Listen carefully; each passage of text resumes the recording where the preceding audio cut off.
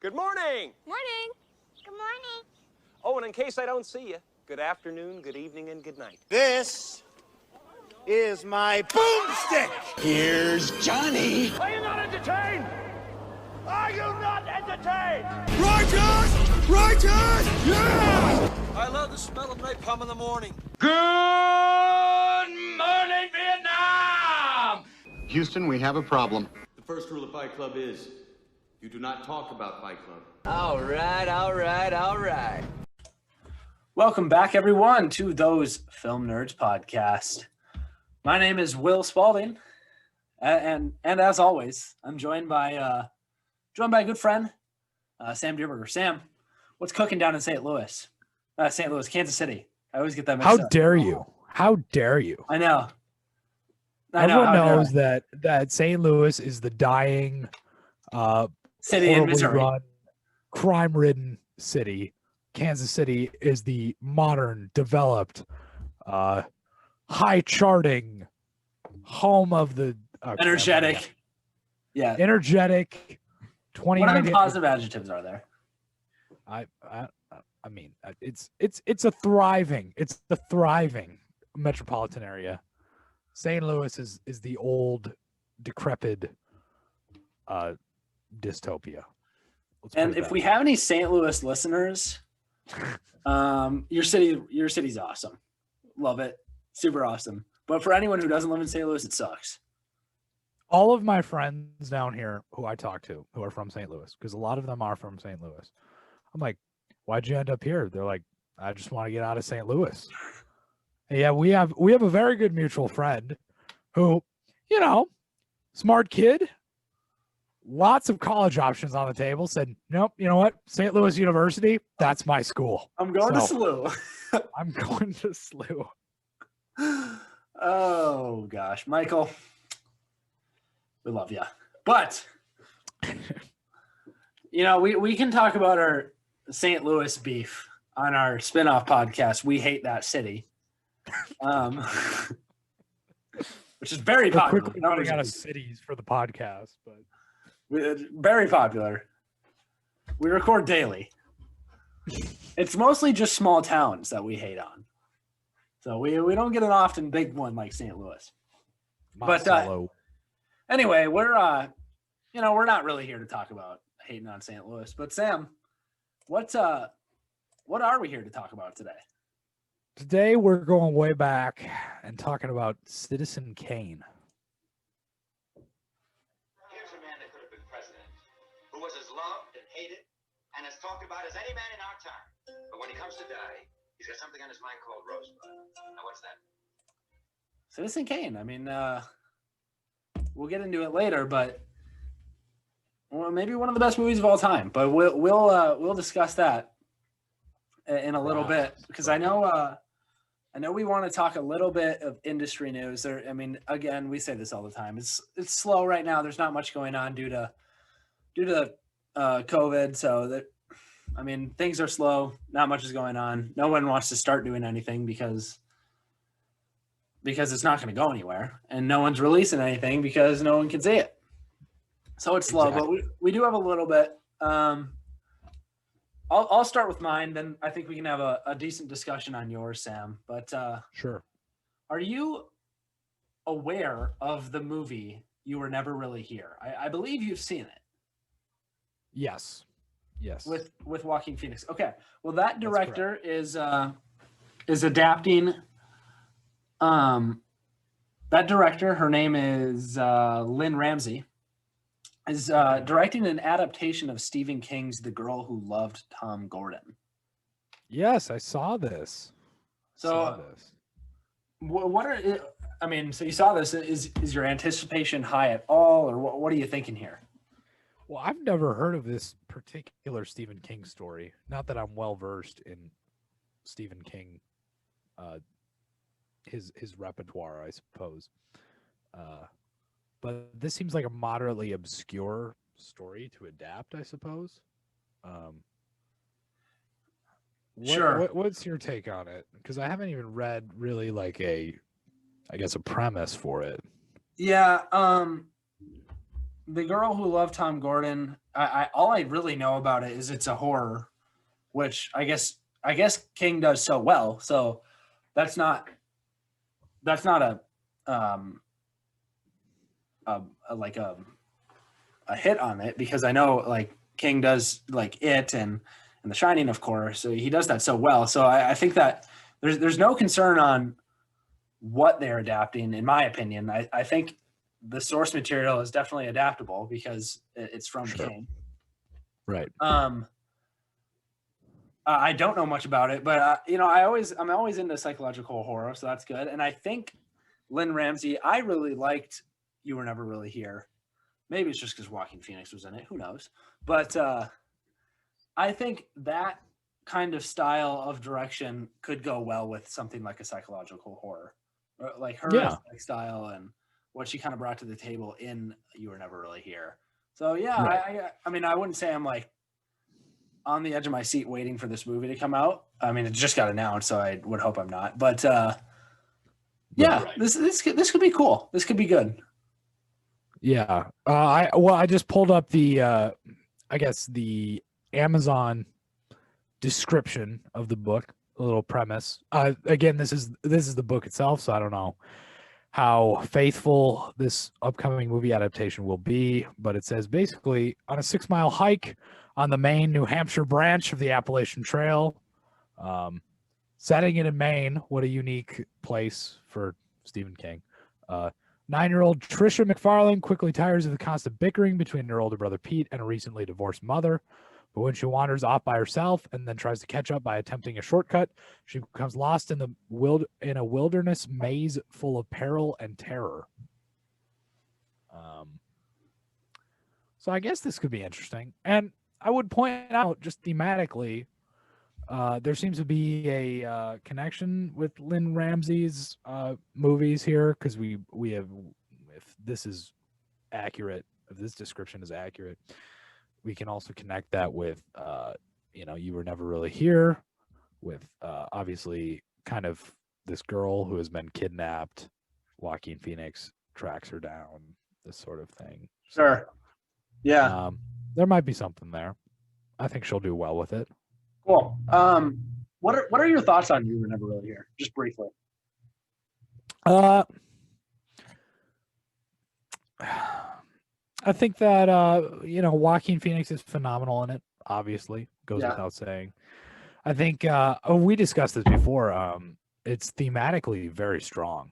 The themes itself are really well developed, but the plot itself is not particularly engaging, in my opinion. It's certainly worth a watch. Kind of not really well hailed upon its release. On Amazon Prime. You don't hear much about it, but yeah, pretty good film. Well, some people absolutely love it. Others are kind of more mellow on it, like you are. I don't know anyone who really hates it, but I think from a director's standpoint, it's well made. So I have no reason to believe why this next film would be any different for her. And it helps to have good source material that can be adaptable and put to the screen well, as most King projects are. Maybe we'll do an episode on King adaptations someday. There's a lot. We'd have to go through a lot. Is Shawshank a King adaptation? I mean, it technically is, right? I think it's a short story of his. That's what's the crazy part is he's not just all horror. Like, he has so much under his belt, which is crazy. Yeah, it was a short story, and it was originally titled Rita Hayworth and the Shawshank Redemption, because Andy Dufresne has a Rita Hayworth poster in his cell. Oh, right. That's cool. Not too much of a spoiler, but the studio decided to remove Rita Hayworth from the title because it'd be very confusing for a audience release. So probably smart. That's funny. But yeah, that is technically a Stephen King adaptation. Yeah, and obviously, so most of King's works are so good that they adapt so well. So I have no reason to believe why this wouldn't be any different. But Sam, let's get to what what you wanted or what you had on the slate. Yeah, so this one is less of film news that we would usually give here on the show, but I think it spurs interesting discussion. We're both into discussing the themes of movies as it relates to everyday life, so I thought this would be interesting. Essentially, David Fincher, who we will get into later in this episode, and shortly in the next few weeks with the release of Mank, obviously directly relates to Citizen Kane. But David Fincher said something over the last week about the 2019 release Joker, who we've talked about this movie extensively. But he said something interesting that kind of sparked some controversy. So I thought it'd be interesting to talk about. This is from Screen Rant.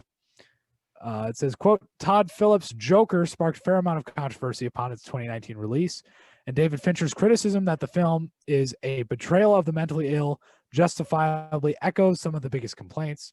Though the film doesn't feel particularly malicious in intent, Joker and its portrayal of the titular character does a disservice to those who deal with mental illness in their everyday lives. Fincher spoke in a recent interview with The Telegraph about the film in regards to his perception of the days in which Hollywood standards have changed despite being consistently money-driven. Fincher reflected on his own experiences making Fight Club, similar to Joker and its darkness in 1999, where he was met with enormous pushback. Joker, Fincher argues, is a film that studios would not have taken a risk on before the success of a film like Christopher Nolan's The Dark Knight in 2008, end quote. So obviously this article is slanted as sympathetic towards Fincher's position on Joker. So basically what I wanted to ask you, Will, is do you think that Joker is a betrayal of real life mentally ill people? Sure. I guess I should start by saying I'm sure anyone who has listened knows, but yeah, I like Joker. I don't think it's a bad movie. I definitely don't think it's a bad movie. I don't think it's the greatest thing ever, like others think it is. But yeah, I think Joker is a good movie. Just to give you a point of reference. But do I think it betrays mental illness? It might. I think the character of Arthur Fleck, not Joker, but Arthur Fleck when he's Arthur Fleck.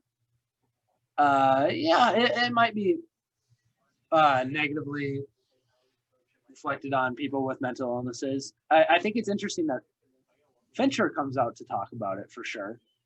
Right. I think a lot of his movies kind of somewhat involve some sort of mental illness. I mean, definitely Fight Club with the narrator, and I'd even say Gone Girl to an extent. But definitely the Girl with the Dragon Tattoo. So I don't know. What do you think? Yeah, I don't know if I'm inclined to agree with Fincher. First of all, like you pointed out, I guess it's hypocritical in some respects. Because, yeah, I mean, Gone Girl especially. My God. But, I think when we talk about mental illness in film, it's like, well, what defines a mentally ill person? It's not just self-destruction. It's also what psychologists would say is antisocial behavior in the sense of actively working against society. It's like, what is the danger of mental illness if left untreated? This person does harm to themselves. This person does harm to a society. That's why they need help. So yeah, I don't see it as a betrayal of the mentally ill. I could see why it would be. I can see why it would be interpreted as a disservice to those who are struggling with something, and maybe they feel like, oh, this film is portraying the mentally ill in a bad light. But again, it is 2020. People are a lot more aware of mental issues than they were, even 10 years ago with the release of The Dark Knight. The average populace is much more educated on mental health issues. So I don't think there's a lot of people out there who watch that movie and think, someone with a mental illness is inclined to do something this drastic or something like that. I mean, But yeah, it's an interesting discussion for sure.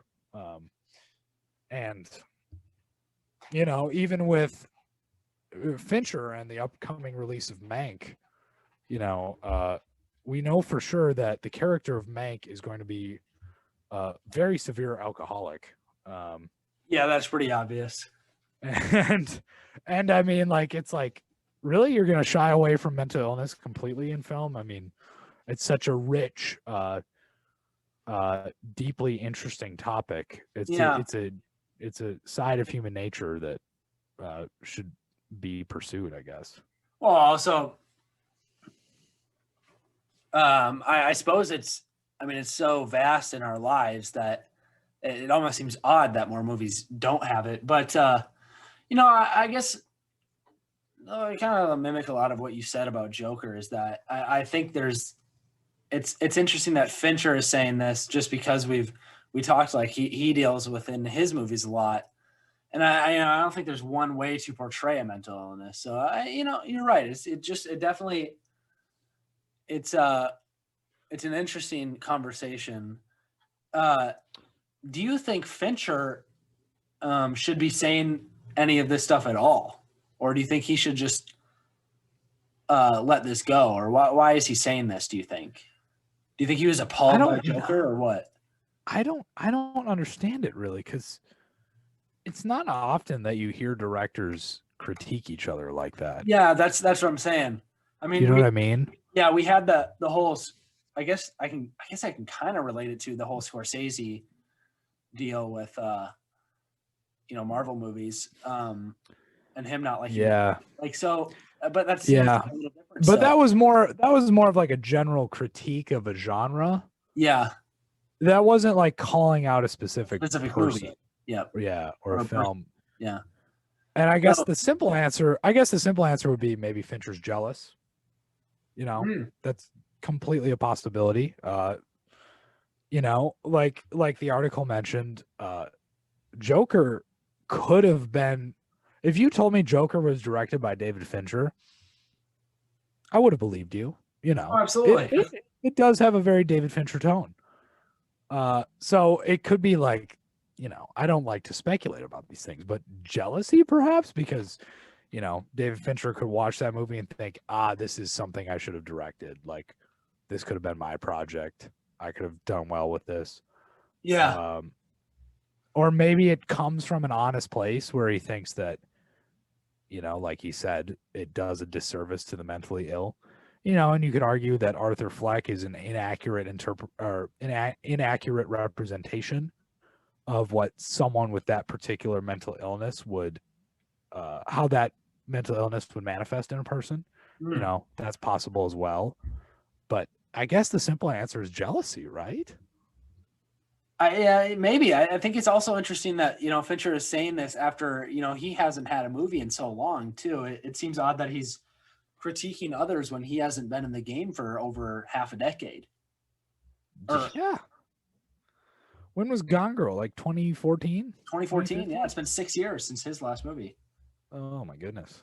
He's been doing other things. I mean, no, yeah, he's been doing a lot of TV, House of Cards, but House of Cards even hasn't been on in a while, or at least his participation in it. So, yeah, certainly not. It's interesting. What would you think? Do you think Joker would have been a movie had Fincher directed instead of Todd Phillips?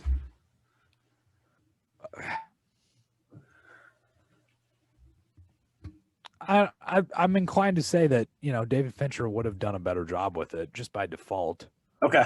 Because he has much more experience in the thriller genre, the dark genre. I mean, we forget, but over a year ago we were talking about how this is going to be so weird. Todd Phillips, the Hangover guy, perhaps one of the most overrated comedies ever made. That's not funny. It's really not that funny. And, Todd Phillips coming in to make this dark, gritty, humanized supervillain movie. It's strange. So I mean, by default, I would think that Fincher would do a better job with it. Sure. There's a lot of things about these Fincher comments that just don't add up. doesn't make a lot of sense.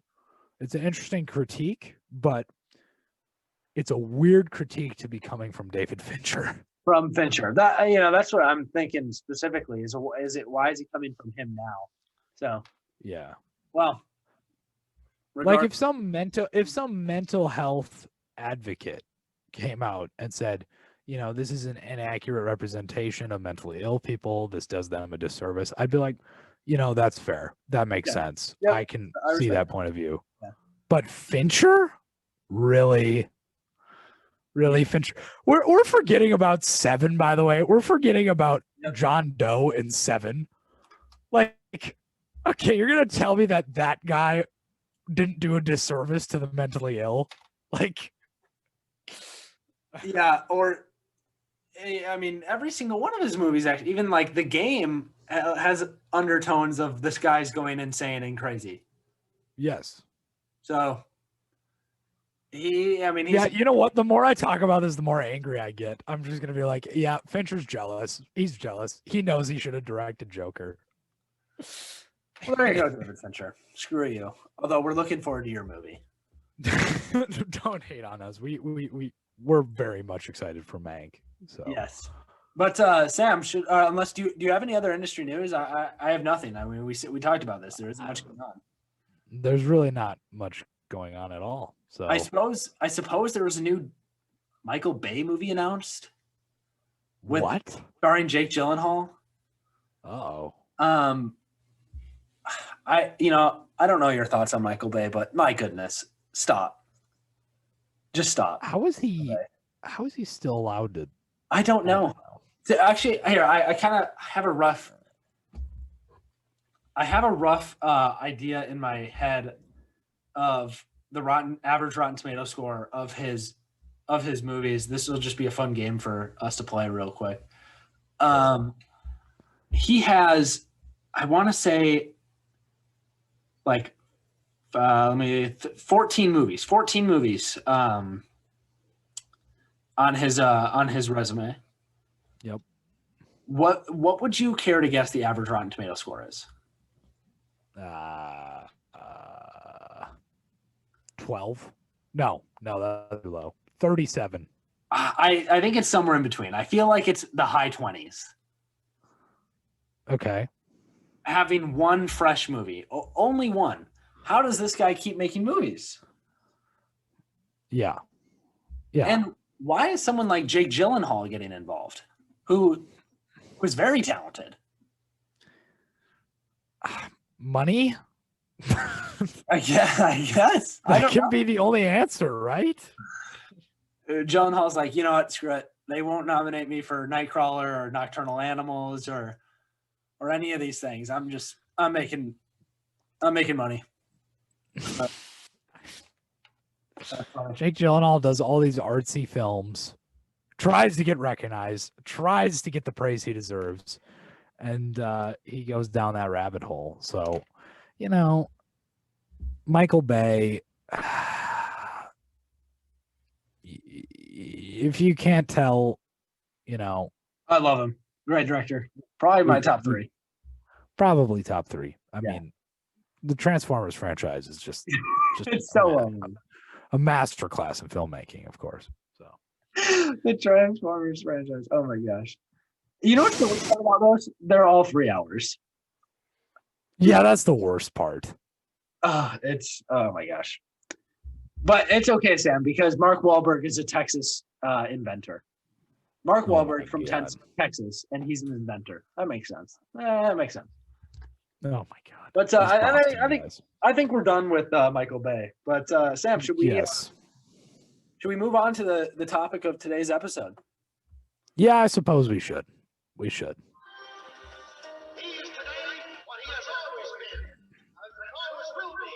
And that is now in complete control of the government of this state. I made no campaign promises.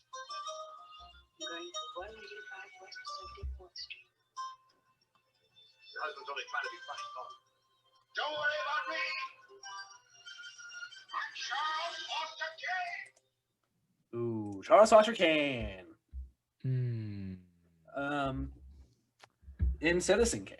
So, I guess, when was this made? 41? 41. Let's just start off with the question here, Sam. Is this the greatest movie of all time? Because a lot of people will say it is. A lot of film nerds and film nerds and pretentious people. Film nerds, pretentious people. Look. Is Citizen Kane a good movie? Yeah, it's a good movie. Is it the greatest film ever made? Depends on what you're going for when you ask that question. Because you can make that argument.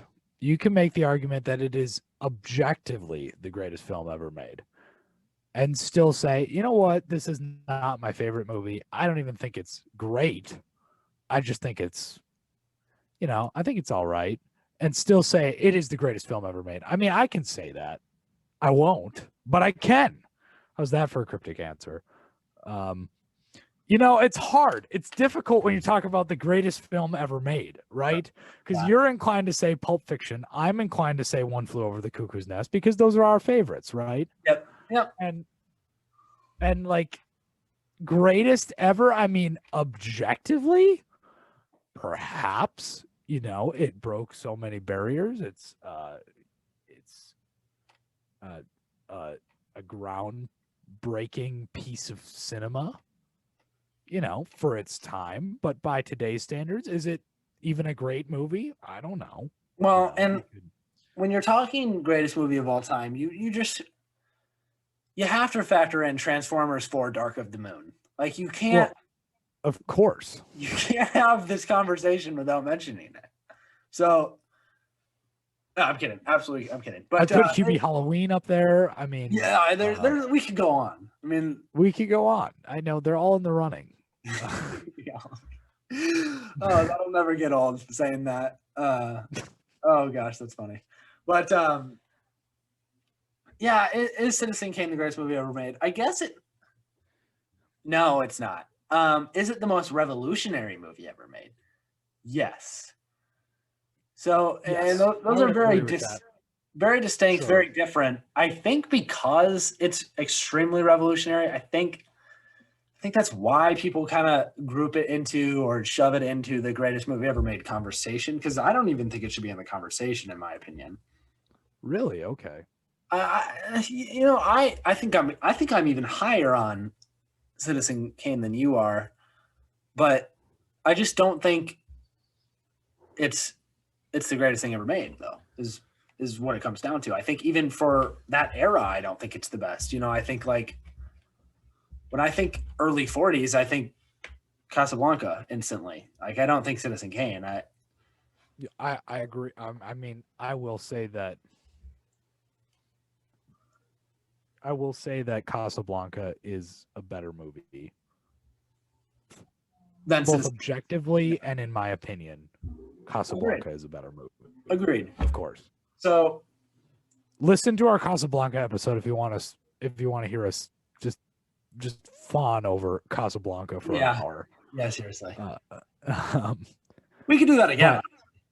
We could. We could go off the rails and talk about Casablanca. But I did want to mention, so I'm on the Citizen Kane Wikipedia page, which unsurprisingly quite long, Again, because of its historical impact. I get it. The historical impact, the sheer history around this movie. I mean, a movie had historical impact when a movie is being made about the movie. Yeah. That's not a documentary. But it says many directors have listed it as one of the greatest films ever made, including Woody Allen, Kenneth Branagh, Sam Mendes, Paul Schrader, Martin Scorsese, Gillian Armstrong, Milos Forman, Sidney Pollack, and Stanley Kubrick. Dang. You got some greats up there. Milos Forman and Kubrick and Scorsese and yeah. Numerous film directors have cited the film as influential in their own films, including the Coen brothers, Francis Ford Coppola, Brian De Palma, Sergio Leone, Michael Mann, Ridley Scott, Scorsese, Bryan Singer, Steven Spielberg. But something I would also like to mention is a guy who we have not explored enough yet, mostly because we're not Swedish cinema aficionados per se. But Ingmar Bergman disliked the film and called it, quote, a total bore. Above all, the performances are worthless. The amount of respect that movie has is absolutely unbelievable. Ingmar Bergman said that? Yes. Yeah, interesting. He's like, I'll go make Seventh Seal. That's funny. Yeah, I do actually want to get into more Ingmar Bergman, but actually any Ingmar. I haven't seen any of his movies, but yeah, that's interesting. I think the biggest thing to take away from that is hearing all those directors you listed that took inspiration from it, and then literally every other director has taken inspiration from at least one of them, with like Scorsese and Leone and Spielberg especially. Right. So that I guess that's where it comes into revolutionary versus best, or impactful versus best, or historical versus best, that type of thing. So I think, yes, this movie needs to exist in order for a lot of other movies to exist. So I guess that's important, if that makes sense. Yeah. Now, I suppose we should get into the actual movie before we just talk about it. I guess so. Yeah. I guess let's start off with how it's told. I guess that's why people consider it one of the best, because it was the first to do it. The non-linear narrative. How does that work for you, or how does that hold up? What do you think? It holds up solidly. The question of, I guess when you think about it, you have to think about at the time how unconventional that really is. Because I haven't seen any movie that came out before it that was told in flashbacks like it was.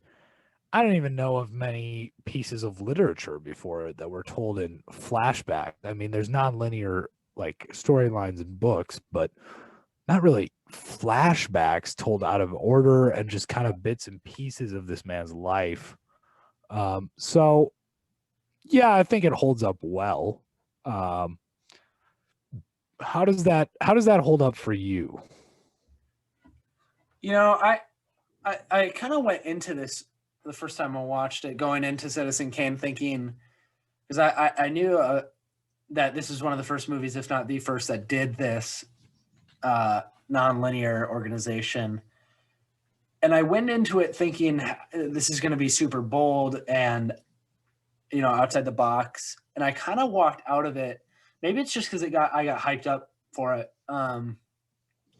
But it is probably the least sophisticated, least bold way to tell a non-linear story, because it's not really, I guess it's mostly just the flashback. I guess you slice in a scene or two of them going to a different person to talk to, like the investigators trying to figure out what Rosebud means. But it's nothing special in that department to me. I guess it's cool that they did it, but it's not like you watch it and you're like, oh my gosh, I can't believe they were jumping all over the place. Right. So, right. And that's not necessarily a critique. It's kind of a critique, but it just, I guess the people always rave about the nonlinear storytelling, and I guess it didn't do it for me personally.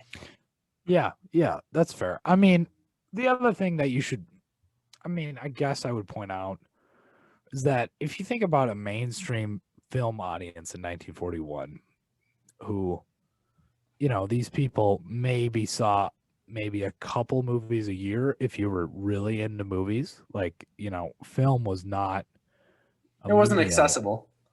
Yeah, or in the early 40s, it was an event, right? For the average audience member to grasp this, it had to be rudimentary. to even begin to comprehend how this storyline operated.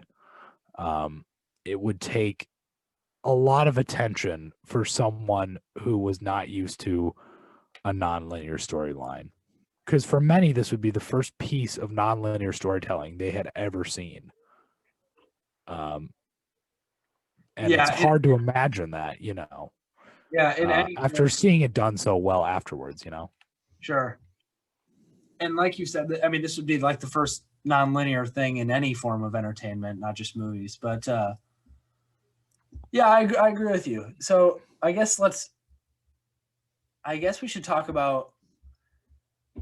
Do we want to talk about the performances / Orson Welles, or do we want to talk about first? I mean, we're talking about both, or do we want to talk about the story?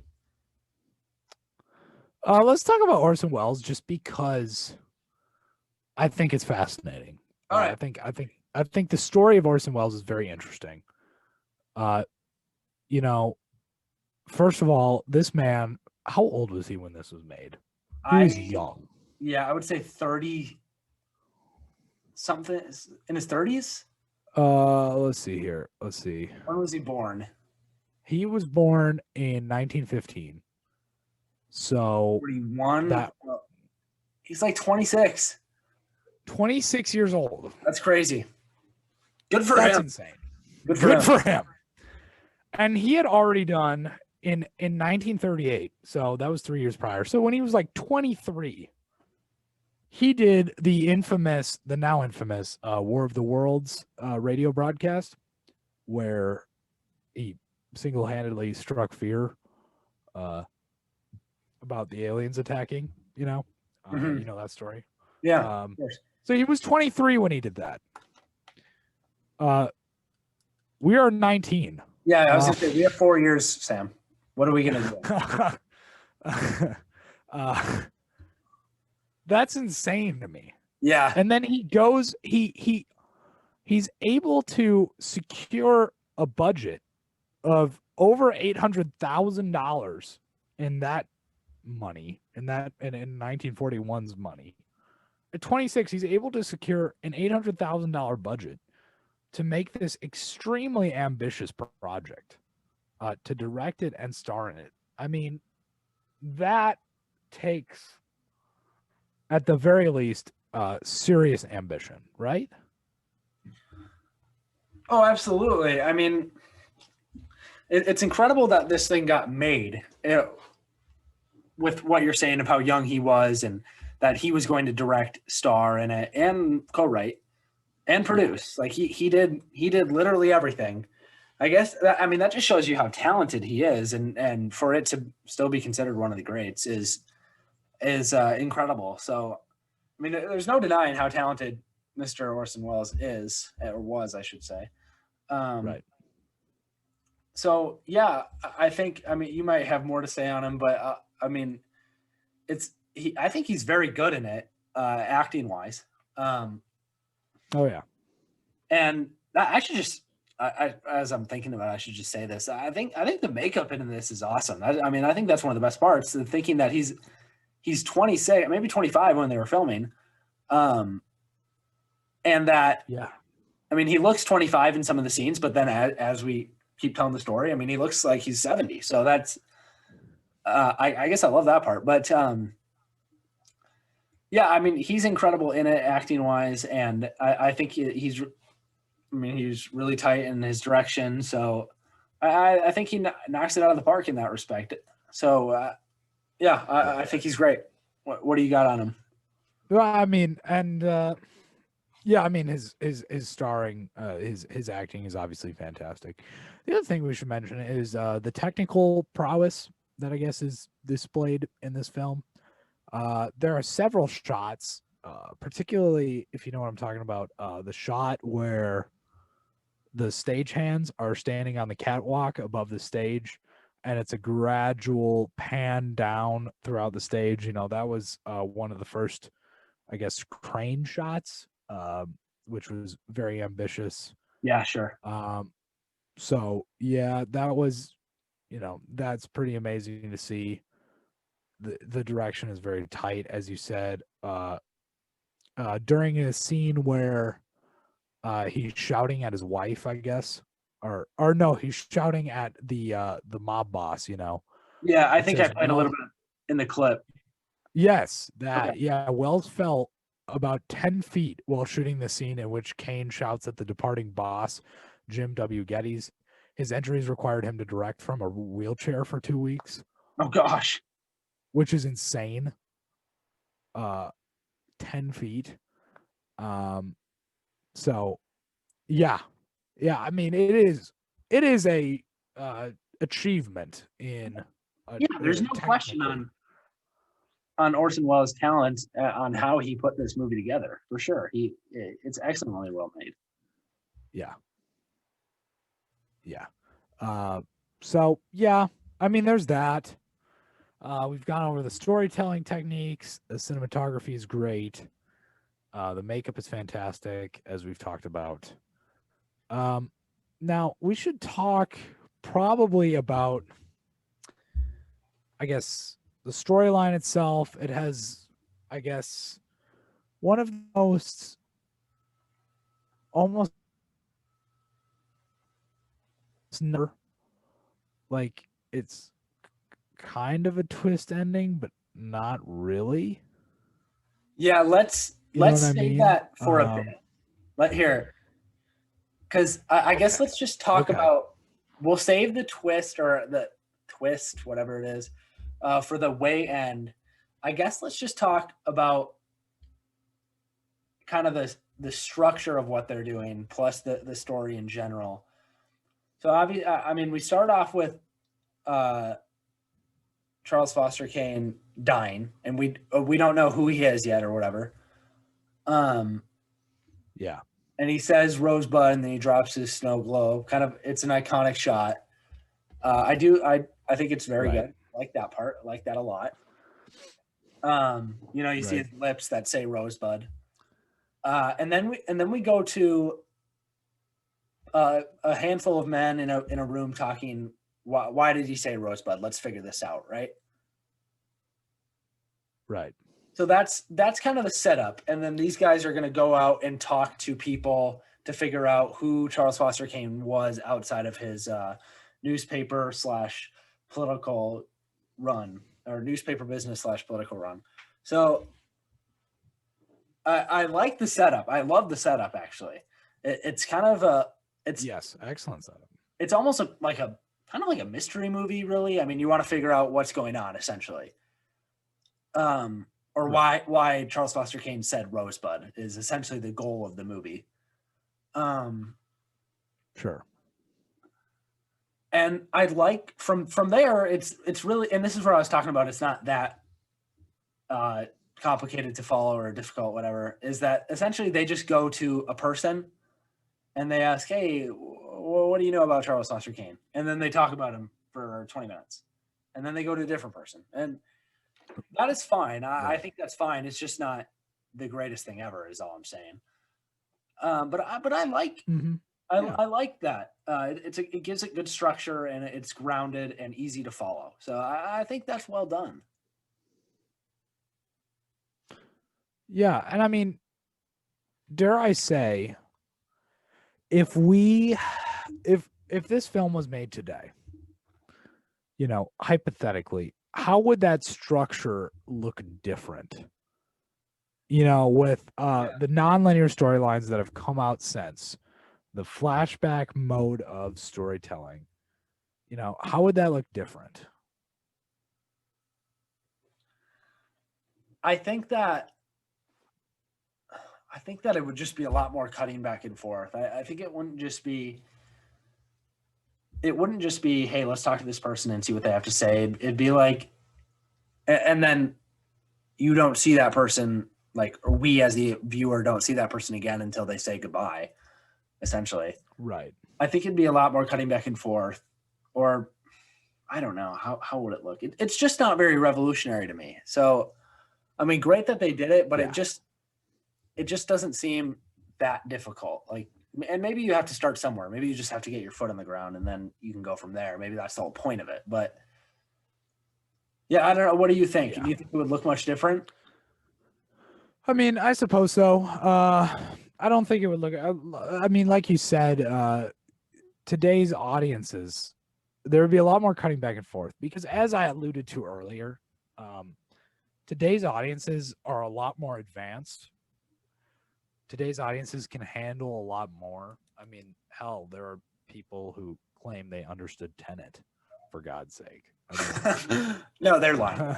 They're lying. they're lying about that. I mean, that's a little bit of an extreme example, but generally today's audiences, especially if you watch a lot of movies like we do, you can handle these nonlinear storylines. You can handle a ensemble cast of characters. Maybe one character leaves for a good runtime of the film and shows up again, and we're able to, connect back to that and be like, oh, okay, that all makes sense. So yeah, this movie is kind of like almost training wheels for what the audiences would experience in the decades to come. Sure. Yeah. So there's that. And I mean, the other thing I wanted to mention about just tonally about this film is that it has a weird kind of real life aspect to it, in that from the beginning of the film starts with a newsreel almost. Charles Foster Kane is found dead in his Florida mansion, and it's like a newsreel. That is a really as cool if movie, actually. It's very cool, and it blends. Charles Foster Kane is a fictional character, but the way it's told, you would think you're hearing about a real person. Yeah, for sure. And especially during 1941, we had, and I'm assuming this was intentional. 1941, we had the beginning of the U.S.'s involvement in World War II. During that time, when you would go to the movies, there would be, before the movie, there wouldn't be trailers for other movies because there weren't enough movies to make trailers for. Yeah, there's like 12 movies.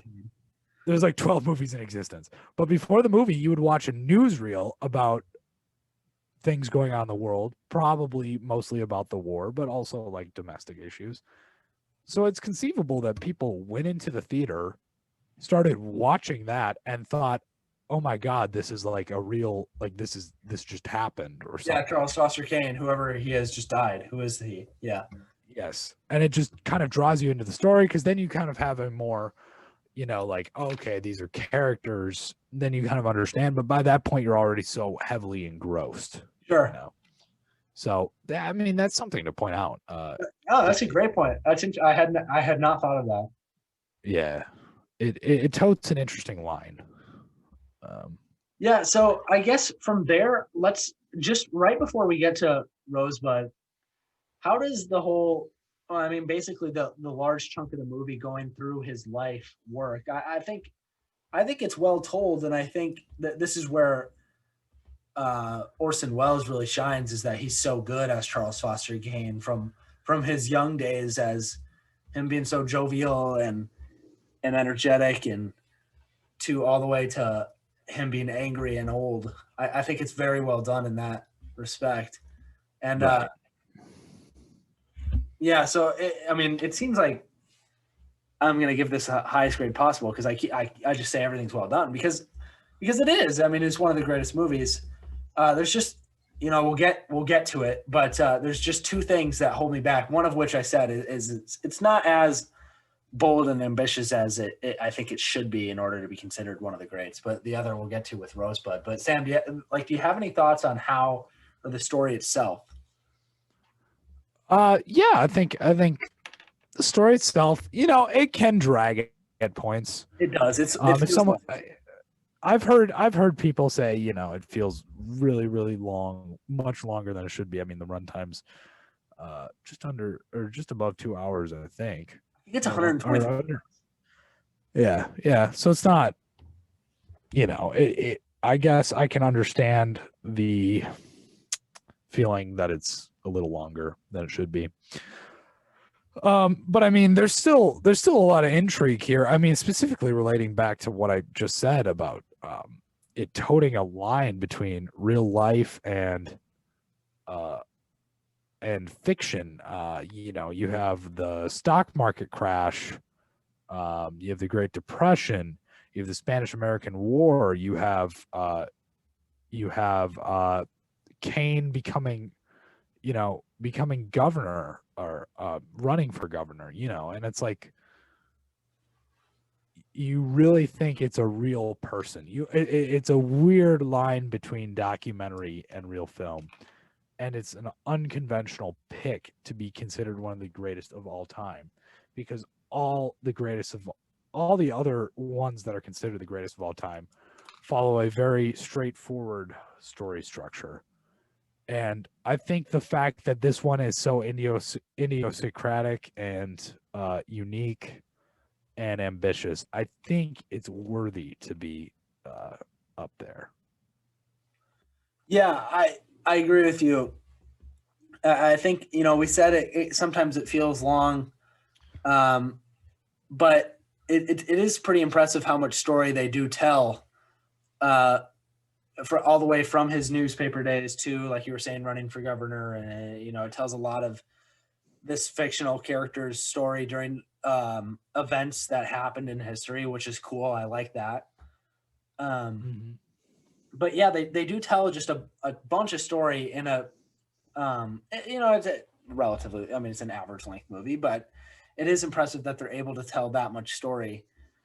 So again, I really like that part. I like that it stays moving for the most part, and it tells a great story about, and it's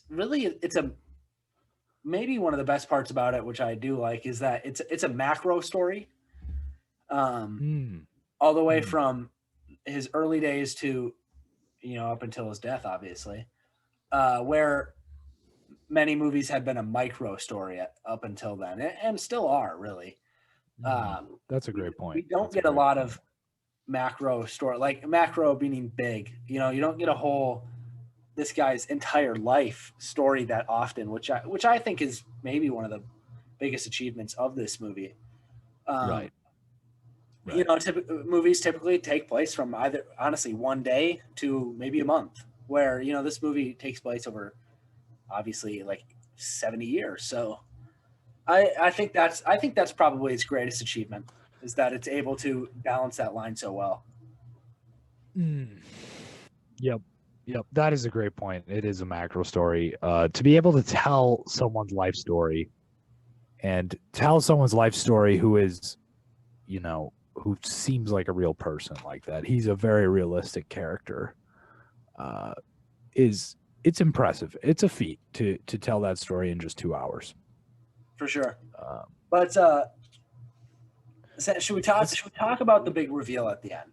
We got to talk about Rosebud. Yeah. Okay. So, just a little brief, like, says Rosebud right before he dies. People want to figure it out. All right. Yeah. We kind of spoilers ahead. Yeah, spoilers ahead. Spoilers for Citizen Kane, for the 80-year-old movie. Yes. 79, actually. We should give it some credit. It's not that old. No. But, you know, our guys that I mentioned at the beginning that are trying to, you know, they're playing sleuth, that are trying to figure out what Rosebud means. I guess they're kind of in a warehouse full of Charles Foster Kane's items, his belongings. And I guess they're kind of just talking about, you know, they failed. They couldn't figure out what it was, is essentially it, right? So what does it mean? And then we, the audience, not our characters, we, the audience, find out that it's the name on his sled when he was a little kid. And that is the stupidest way to end a movie of all time. Maybe not the stupidest. I mean, yeah. Yeah. Oh, gosh. I saw it the first time. I slapped my forehead. I was like, come on. Yeah. Listen, I don't know why this is so. I mean, for the reasons we just discussed over the last, you know, half hour, we understand why the movie itself is so highly praised. We do not understand why this ending gets so much attention, so much positive attention. This is a bad ending. I think it's bad, actually. Or just like, it would almost have been better if Rosebud was never addressed again. Just don't. We just forgot about Rosebud. Because Well, then maybe the audience could be like, oh yeah, I forgot about Rosebud. Or just be like, those guys are saying maybe it was nothing. You should have just ended it there. Like, we'll never know because he was a mysterious guy. That I guess we'll just never know. And then Yeah. boom, Citizen Kane. It's got to pan over to the sled on fire and it says Rosebud. Yeah. It's a bad ending. It is. I'm not even really sure what they were going for. I guess they kind of have that monologue where he's like, or Charles Foster Kane was someone who always got what he wanted.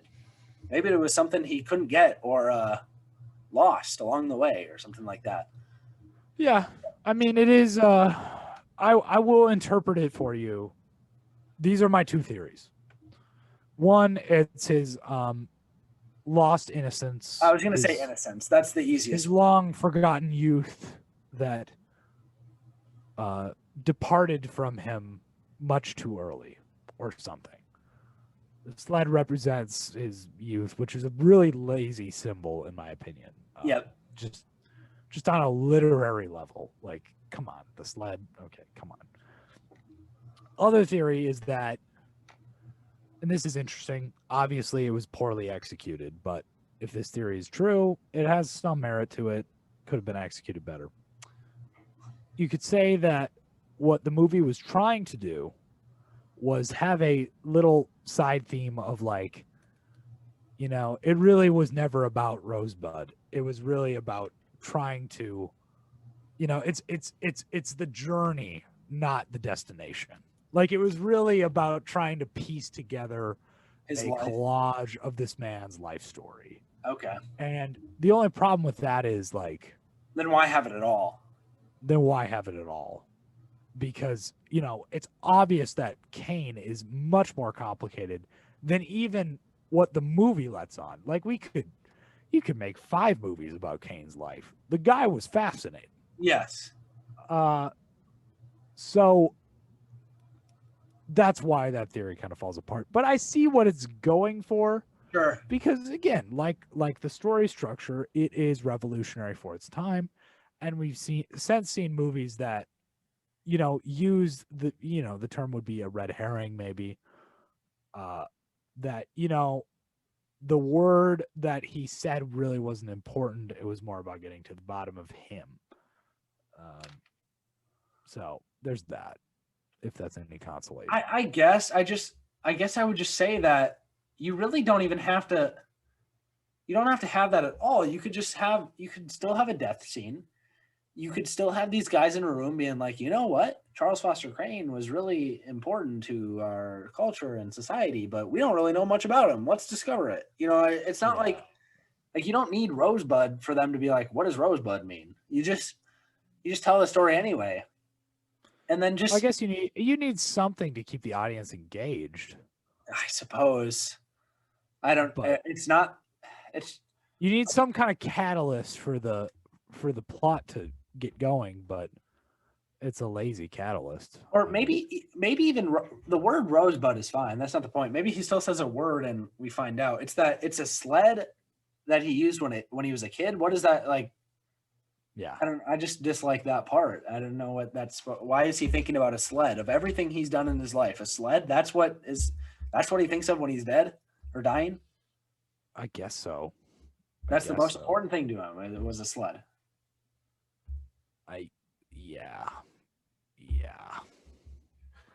Yeah, it's a bad ending.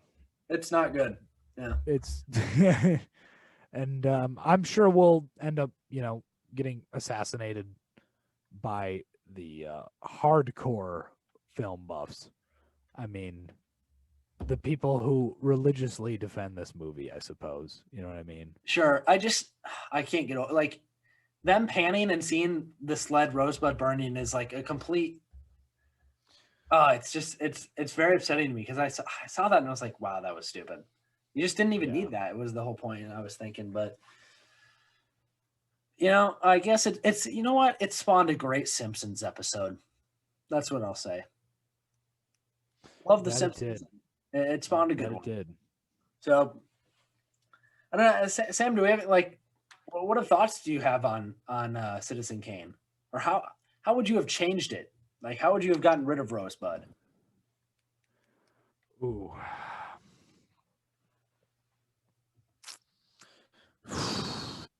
How would I have changed Citizen Kane? Wow. You know, I'm going to evade the question by pointing out that David Fincher's upcoming movie, which will be out December 4th, Mank, I'm hoping that gives us some insight into Rosebud. what was going through Mank's mind when he was writing that and decided on that for an ending. You know what I mean? Yeah. Uh, Cool. Yeah, I'm good with that. and then I'll have an answer for you. How's that? Because I've been reading that Mank is very historically accurate. Like, it was meticulously researched. Oh, I bet Fincher's very anal about that type of thing.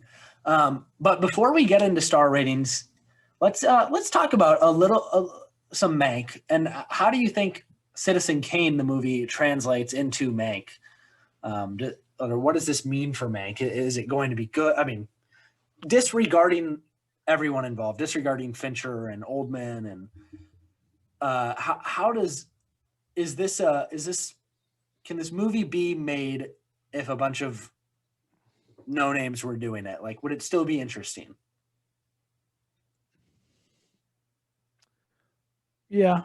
I think it would be too, because I mean, we talked about Orson Welles is a very interesting guy. I mean, we kind of want to figure out what the heck they were thinking with Rosebud, or the entire story in general. What was going through the writer, Herman Manke. I'm going to say it wrong. Mankiewicz. Good thing they're just calling it Mank, because no one will pronounce that. What was going through his head when he wrote it? So I still think that Mank or Citizen Kane definitely translates to a good movie about a movie. So Right. Yeah.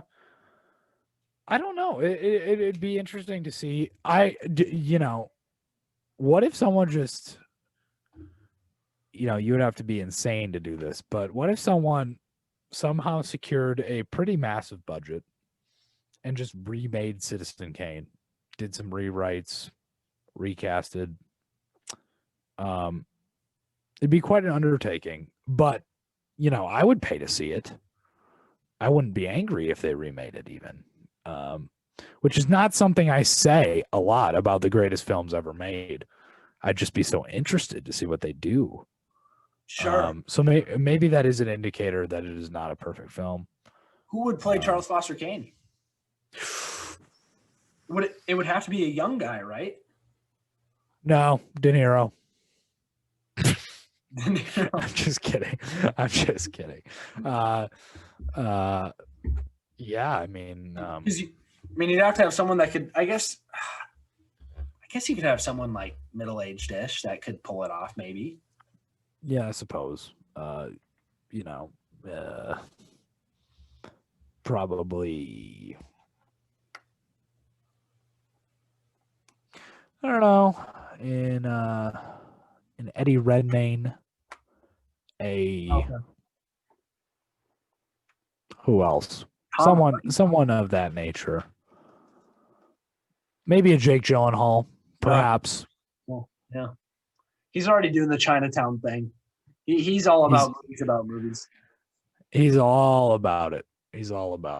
So, yeah. I mean, should we get into star ratings? Yeah, let's get into it. Unless you have any wrap-up thoughts on Citizen Kane. I really don't. The star ratings are my wrap-up thought. All right, perfect. Let's get to it then. I'll let you go first. Okay. I'll give Citizen Kane 3.5 stars out of 5, which, don't lynch me for saying that. Film nerds. Yeah, I'll give it 3.5 out of 5. I mean, it's technically revolutionary. The acting is great. The writing is great, despite some major flaws. The storytelling is unparalleled in terms of its time period. So yeah, 3.5 stars out of 5. It's a good movie. It's a good movie. Certainly worth a watch. Just for sheer impact on film history. Absolutely. I mean, I think that's why anyone watches it, to be honest. So yeah, I'm like I said near the beginning of the episode, I knew I was going to be higher on it than you. I'm gonna go 4 stars. It's pretty low, 4 stars. I think when I first watched it, I had it at 3.5. Bumped it up over time, but Sure. yeah, 4. Yeah, it's a great movie. I think it's great, and it's very well made. Enough, we've already said it, but there's just those 2 flaws. Yeah, the Rosebud. I mean, the Rosebud thing really upsets me. Actually, like that. I just think that's horrible. But and it wasn't as technically, or like, I guess like the nonlinear storytelling wasn't as bold as I thought it would be. Maybe that's my own fault. So yeah, 4 stars. Citizen Kane. We did it. There we go. But Sam, should we hit some recommendations? Yeah, let's hit some recommends. I actually have one ready for once. Go for it then. This last week I watched. I was still on a Bill Murray high from On the Rocks. I noticed that, and I watched one that my mother had actually indirectly recommended me a long time ago. We had these neighbors that we were really good friends with when I was growing up, and my mom would call her mom Bob and vice versa because of this movie called What About Bob, where Bill Murray essentially plays a speaking of exploitation of the mentally ill, Bill Murray plays like an extremely neurotic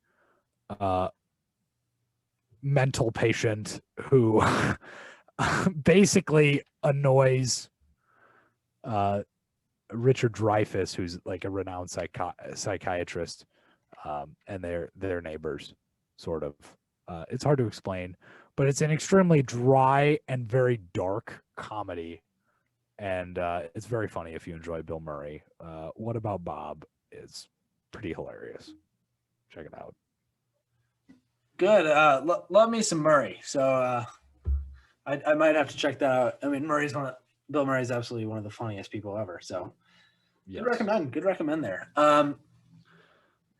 I'm going to recommend. Yeah. Oh gosh. So I can't remember if we said it actually on the episode last week or if when we were talking off air. We were supposed to do Ammonite this week. Kate Winslet, Saoirse Ronan movie, but it's not playing anywhere. Limited release, drives me nuts, but of course it is what it is. So I kind of had this thing lined up for it because this movie I'm going to recommend, because it's so similar. It would draw so many obvious comparisons. So I'm just going to recommend it anyway, even though we didn't get to see Ammonite. Maybe for those of you who were listening last week, went out and saw Ammonite, this is still for you. But I'm going to recommend 2019's Portrait of a Lady on Fire. There it is. Did you know it was coming, Sam? Oh, I knew it was coming. There you go. There's only so many period lesbian dramas you can go for. Exactly. Exactly. So it is in French. To be, I'll just put that out there before anyone thinks they're gonna watch this movie without reading it, unless you know French. But it's a great movie. It was my favorite of last year. Portrait of a Lady on Fire. It's on Hulu. So definitely watch that movie. It's absolutely fantastic. And yes, Sam, anything else for today before I ask you where can I find you online or on Letterboxd? Well, yeah. Watch Portrait of a Lady on Fire and tell me what I'm missing, because I really want to like that movie a lot more. And I've only seen it. I'm missing something. I've only seen it once. I need to watch it again. I rewatched it this week, and it's great. I don't know what it was. I don't know if it was the French. I don't know if it was the very.